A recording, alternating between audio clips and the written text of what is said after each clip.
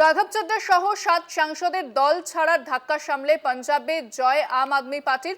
কংগ্রেস বিজেপিকে অনেক পেছনে ফেলে পাঞ্জাব পুরভোটে আপের জয় জয়কার। পাঞ্জাব পুরভোটের পঞ্চম স্থানে গেল বিজেপি। 1977টি ওয়ার্ডের মধ্যে 957টিতে আপের জয়। আমি বিষয়ে আরো কথা বলবো। ফোনে রয়েছেন প্রতিনিধি, আমাদের সঙ্গে নিউজরুম থেকে সরাসরি রয়েছেন প্রতিনিধি অঙ্কুর ভট্টাচার্য। অঙ্কুরদা, দেখেছিলাম যে কোথাও একটা আপের যে সংগঠন সেখানে ধস নামছিল, রাঘব চড্ডা যেটা প্রমিনেন্ট ফেস, সে চলে যাওয়ার পর থেকে আরো তাদের মধ্যে ধাক্কা লেগেছিল, কিন্তু না, আপাতত পুরো ভোটে তাদের জয় জয়কার দেখা যাচ্ছে। অঙ্কুরদা, কিভাবে ব্যাখ্যা করবে বিষয়টা, কি জানা যাচ্ছে? দেখো, এই বিষয়টা সত্যি খুব স্বাভাবিক ব্যাপার। রাঘব চাড্ডা সহ 7 জনকে আমরা দেখেছিলাম বেরিয়ে যেতে। স্বাতি মালিওয়াল, অশোক মিত্তল, হরভজন সিং, এই একের পর এক যে 7 জন বেরিয়ে গিয়েছিলেন তাদের মধ্যে স্বাতি মালিওয়াল বাদ দিয়ে বাকি 6 জনই ছিলেন পাঞ্জাবের সাংসদ।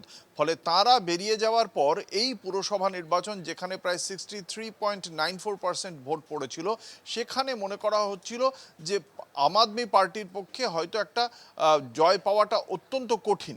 এবং 2021 সালে যখন এই ভোটটা হয়েছিল, সেই সময়ও কিন্তু কংগ্রেস সেই সময় বিপুল ভোটে জয়ী হয়েছিল। এবার মনে করা হচ্ছিল এবারেও হয়তো এই নগর নিগমের যে সমস্ত ভোট রয়েছে, অর্থাৎ প্রশাসনিক স্তরে যে নিচু স্তরে থাকা এই পুরসভা, পুর নিগম, পঞ্চায়েত স্তরের যে ভোট, সেই ভোটে আম আদমি পার্টির একটা ধাক্কা লাগতে পারে। কিন্তু সেই ধাক্কা শুধু সামলে নেয়নি, দ্বিতীয় স্থানে থাকা কংগ্রেসের সঙ্গে ব্যবধানও বিপুল আম আদমি পার্টির। সব মিলিয়ে 1977টি ওয়ার্ডের নির্বাচন হয় এবং যে নির্বাচনের ফলাফল গণনা শুরু হয় শুক্রবার সকাল থেকে। এবং এই 1977টি ওয়ার্ডের মধ্যে 80টি ওয়ার্ডে একজন মাত্র প্রার্থী মনোনয়ন জমা দিয়েছিলেন, অর্থাৎ কার্যত বিনা প্রতিদ্বন্দ্বিতাতেই 80টি ওয়ার্ডে জয় পেয়েছেন সংশ্লিষ্ট প্রার্থীরা। এর বাদ দিয়ে 1977টির মধ্যে 957টিতেই আমরা দেখতে পেলাম যে সরাসরিভাবে জয় পেয়েছে আম আদমি পার্টি। কংগ্রেস 397, অর্থাৎ 600 ওয়ার্ডের ব্যবধান রয়েছে প্রায় আম আদমি পার্টি এবং কংগ্রেসের মধ্যে। যারা নির্দল প্রার্থী, 251টি আসন পেয়েছে নির্দল প্রার্থীরা। শিরোমণি আকালি দল, তারা 191টি আসন পেয়েছে। পঞ্চম স্থানে পৌঁছে গিয়েছে ভারতীয় জনতা পার্টি, তার 167টি আসন পেয়েছে। বহুজন সমাজ পার্টি পেয়েছে 7টি আসন।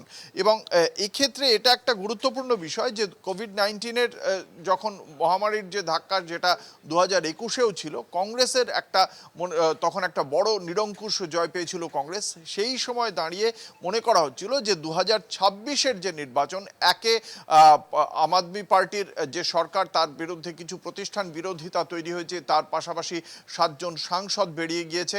ফলে সেক্ষেত্রে তারা একটা বড় রকমের ধাক্কা খাবে। কারণ দিল্লিতে যে নির্বাচন হয়েছে, দিল্লি বিধানসভা নির্বাচনেও আম আদমি পার্টি ব্যাপকভাবে পরাজিত হয়েছে বিজেপির কাছে। ফলে পাঞ্জাবে বিজেপি একটা ভালো রেজাল্ট করবে বলে সেখানকার রাজনৈতিক মহল মনে করছিল। কিন্তু এক্ষেত্রে আম আদমি পার্টি নিজেদের সংগঠনের জোরে বা তাদের ভগবন্ত মান, তাদের মুখ্যমন্ত্রী, তিনি যে কাজ করেছেন, সেই কাজের জন্যই একটা বড় ব্যবধানে, বিরোধীদের থেকে বড় ব্যবধানে জয়ী হয়েছে তারা। এই ভগবন্ত মান, তিনি বিধানসভায় মদ্যপান করে এসেছিলেন বলেও অভিযোগ করেছিল ভারতীয় জনতা পার্টি। নির্বাচনের ঠিক আগেই এমন অভিযোগে যথেষ্ট ব্যতিব্যস্ত হয়ে পড়েছিল পাঞ্জাবের আম আদমি পার্টি। কিন্তু শেষ পর্যন্ত ওই বাংলার প্রবাদ 70-এর মুখে ছাই দিয়ে, অর্থাৎ বিজেপির মুখে ছাই দিয়ে 957টি আসনে জয় পেল আম আদমি পার্টি, যা আগামী বছর যে বিধানসভা নির্বাচন রয়েছে সেটার আগে এই জয় অত্যন্ত গুরুত্বপূর্ণ এবং অবশ্যই অক্সিজেন দেবে আম আদমি পার্টিকে, সন্দেহ নেই। ধন্যবাদ অঙ্কুরদা। আমাদের সঙ্গে সরাসরি নিউজরুম থেকে ছিলেন প্রতিনিধি অঙ্কুর ভট্টাচার্য। পাঞ্জাব পুরো ভোটে আম আদমি পার্টির জয় জয়কার। বিজেপিকে একেবারে পেছনে ফেলে অনেকটাই এগিয়ে এসেছে আম আদমি পার্টি। যদিও মনে করা হচ্ছিল যে অনেকটা নিষ্ক্রিয় রয়েছেন অরবিন্দ কেজরিওয়াল এবং মনীষ সিসোদিয়া, কিন্তু অবশ্যই পাঞ্জাবের পুরো ভোটে জয়, এটা সামান্য জয় বলা যাবে না, কারণ এর থেকে কিছুটা হলেও আম আদমি পার্টিকে অক্সিজেন যোগায় বলে মনে করছেন রাজনৈতিক মহল।